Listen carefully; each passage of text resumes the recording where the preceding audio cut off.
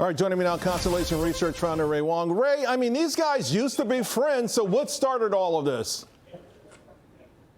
This is a fight that goes back to 2015. They started OpenAI together, and the whole point was supposed to create a nonprofit. But you found out 2 years ago that Sam Altman's intentions were to actually take this to become a profitable entity and break that nonprofit charity bound. And you also saw this was at the same time when people split and left to form Anthropic and some of the other areas because they weren't sure where Sam's intentions were. And so it's really about what the original intention of the company was. And of course, now that OpenAI is doing very, very well, Sam has an opportunity to take this into a for-profit structure, but he's going to have to abide some of these rules. And so basically, Elon basically said, let's put a price against this and see what you're going to do by making a bid. And they're continuing the war into the next chapter here. And speaking of the next chapter, it's gotten very, very personal. I think this was out in Paris earlier. Altman was actually able to speak to a reporter about this. Is what he had to say. Do you think Musk's approach then is from a position of insecurity about XAI? Probably his whole life is from a position of insecurity. I feel for the guy. You feel for him? I do, actually. I don't think he's like a happy person.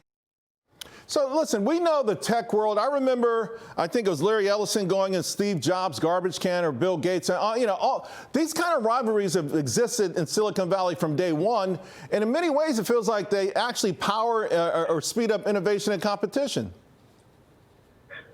Larger-than-life icons like Ellison, McNeely, Bill Gates, Steve Jobs, these are all, John Chambers, these are all folks that were leading companies into the next realm, and they each had a different, distinct style. Not all as egotistical here, but it's always about a strong force of will and, of course, a belief that they're right, and people flock to that. It's almost like every startup is a cult, and so you basically fall into line and you battle for your leader along the way. This one's a little bit different. This one is really about, there's a lot going on here. There's also the Stargate announcement where Elon wasn't part of this, right? And Sam is part of this. There's all the different conversations that are going on. So X.AI is, Elon's response, but they're also using X.AI inside Tesla and SpaceX and all the other entities that Elon runs.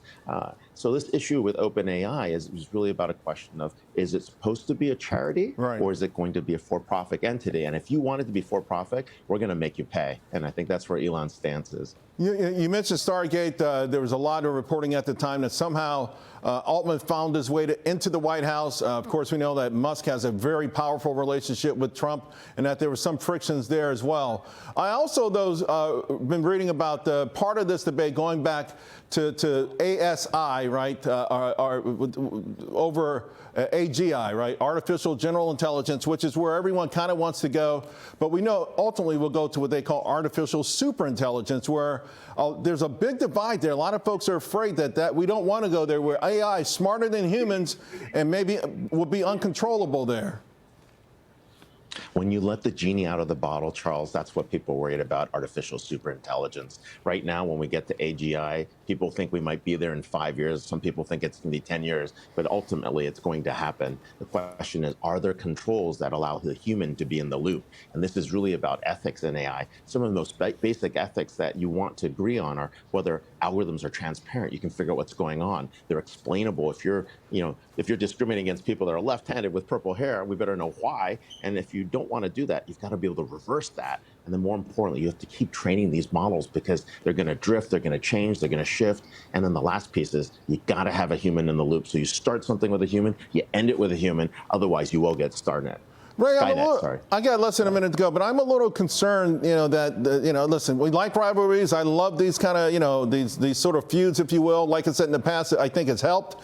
But we were caught pretty flat-footed, everyone in America, for sure, with DeepSeek.